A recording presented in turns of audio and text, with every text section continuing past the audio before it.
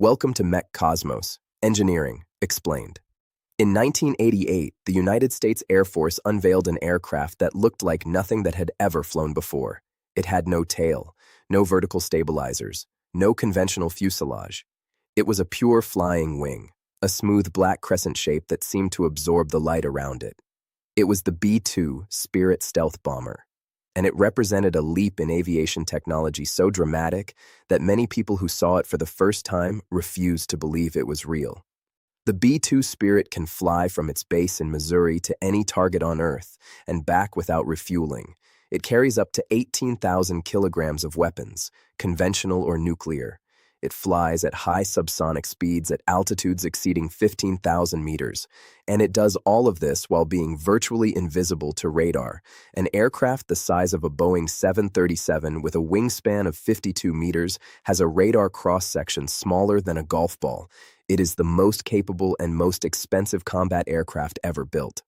Each aircraft costs approximately $2.1 billion to procure. The total program cost including development was over $44 billion for 21 aircraft.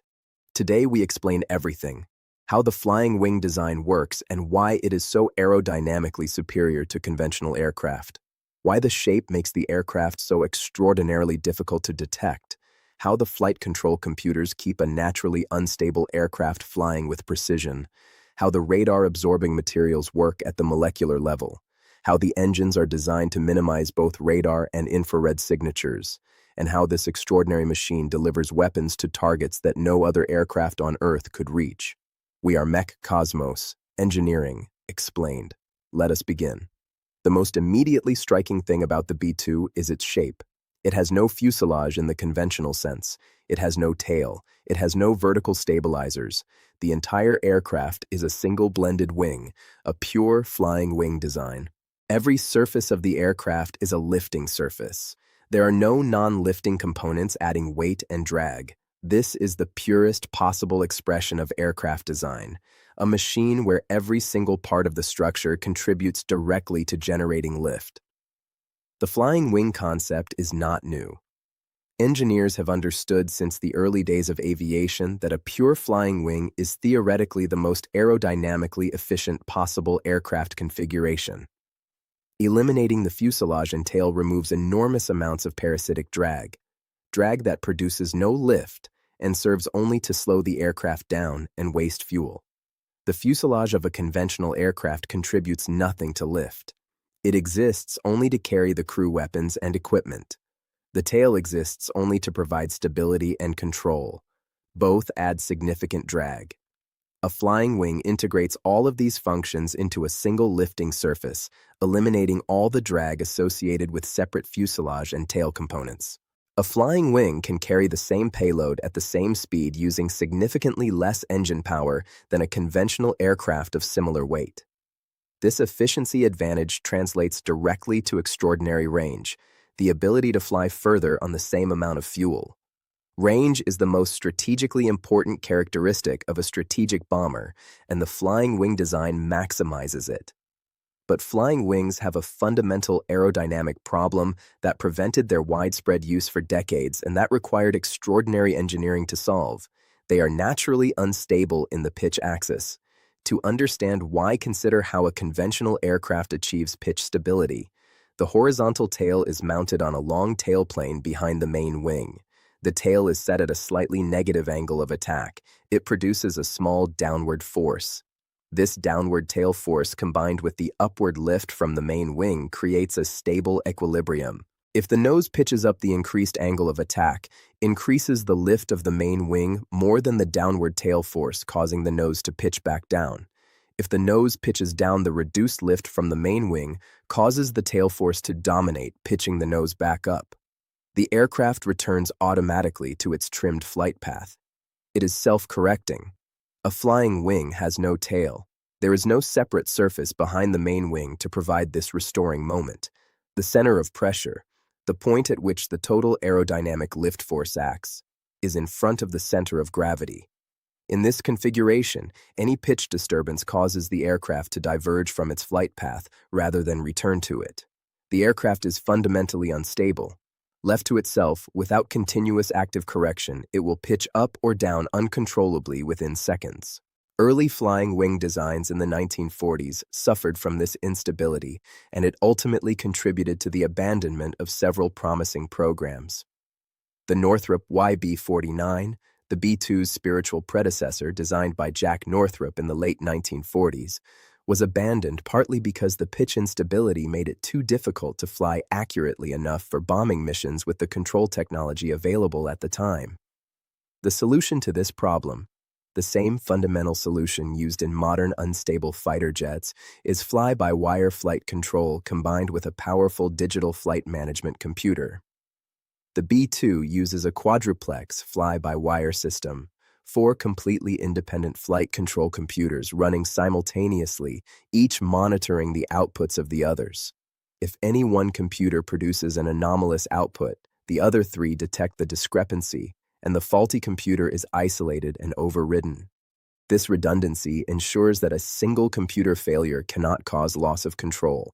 The 4 computers make corrections to the aircraft's control surfaces at rates of hundreds of times per second, continuously monitoring the aircraft's attitude rates of rotation and accelerations, and applying exactly the right control inputs to maintain stable, controlled flight. Without this system, the B-2 would be completely uncontrollable. The pilot does not fly the aircraft directly in the conventional sense. They input their desired flight path to the computer, and the computer makes it happen while simultaneously keeping the unstable flying wing from departing controlled flight. The B-2 has no conventional control surfaces, no ailerons, no elevators, and no rudder. Instead, it uses a combination of split-drag rudders at the wingtips and elevons along the trailing edge of the wing. The split-drag rudders are surfaces at each wingtip that can open outward like clamshells. When one side opens, it creates significantly more drag on that side than the other, causing the aircraft to yaw toward the high drag side. By opening the left drag rudder, the aircraft yaws left. By opening the right drag rudder, it yaws right. Both can be opened simultaneously to provide additional drag for deceleration on approach. The elevons are surfaces along the trailing edge of the wing that combine the functions of elevators and ailerons. Moving both elevons up together pitches the nose down. Moving them down together pitches the nose up. Moving them in opposite directions, one up, one down, rolls the aircraft. The flight control computers orchestrate these surfaces in complex combinations to achieve precise control in all 3 axes, giving the B-2 handling characteristics that its pilots describe as surprisingly responsive and pleasant despite its radical configuration. The engines of the B-2 are 4 General Electric F118 GE100 non-afterburning turbofan engines buried deep within the wing structure. Each engine produces approximately 84,000 newtons of thrust, giving the aircraft a total thrust of 36,000 newtons, sufficient to cruise efficiently at altitude and to accelerate to its maximum speed. The engines are non-afterburning. Unlike fighter engines, the B-2 does not use afterburner. Afterburner dramatically increases the infrared signature of an aircraft, making it much more visible to infrared sensors and heat-seeking missiles. The B-2's mission requires it to remain undetected, and afterburner is incompatible with this requirement. The engines are deliberately buried deep inside the wing structure rather than mounted in external pods as on most multi-engine aircraft. This burial serves 2 critical stealth purposes. First, it reduces the radar cross-section. The engine inlets, and particularly the rotating turbine blades inside, are extremely radar reflective. The flat disc of spinning metal blades at the front of each engine stage would be a powerful radar reflector if exposed. The B-2's inlets are curved. They use an S-shaped serpentine duct that curves twice before reaching the engine face. Any radar energy that enters the inlet must follow these curves. With each curve, the radar energy strikes the duct wall and is partially absorbed by the ram coating on the duct interior. By the time radar energy has navigated the 2 curves of the S-duct, almost none of it reaches the turbine face. The turbine blades are effectively hidden from radar. Second, the burial of the engines within the wing provides thermal shielding. The hot engine core is surrounded by the cooler wing structure on all sides, except the exhaust nozzle exit, reducing the infrared emission from the aircraft as a whole. The exhaust nozzles are positioned on the upper surface of the wing, rather than at the trailing edge pointing rearward, as on conventional aircraft. This top-mounted exhaust arrangement means that the hot exhaust gases exit upward and over the top of the wing, where they mix rapidly with the cool ambient air above the aircraft. The exhaust plume is cooled and dispersed much more rapidly than it would be if the engines exhausted rearward into undisturbed air. When the aircraft is observed from below, as it would be by ground-based infrared sensors or heat-seeking missiles, the hot exhaust is hidden behind the cool lower surface of the wing. The thermal signature of the aircraft when viewed from below is dramatically reduced compared to a conventional aircraft with rear-facing exhaust nozzles. Stealth is the defining characteristic of the B-2, and it is achieved through the carefully coordinated combination of shape and materials. Shape is the primary contributor. Every surface of the B-2 is precisely angled to reflect radar energy away from the transmitting radar rather than back toward it. The aircraft has no perpendicular surfaces, no right-angle corners or intersections that would create strong specular radar reflections. Every surface is smoothly curved or set at specific angles chosen to deflect radar energy in directions that do not return it to any radar. The leading edges of all wing surfaces are swept at the same angle, approximately 33 degrees. The trailing edges are all set at complementary angles. This means the radar energy reflected from the aircraft is concentrated in only a very small number of specific angular directions, and those directions are carefully chosen to avoid returning energy toward any radar that could be tracking the aircraft. The radar-absorbing materials applied to the B-2 surface work at the electromagnetic level to convert radar energy to heat. The materials contain specialized particles, typically carbon-based compounds or iron ball paint, that interact with microwave energy.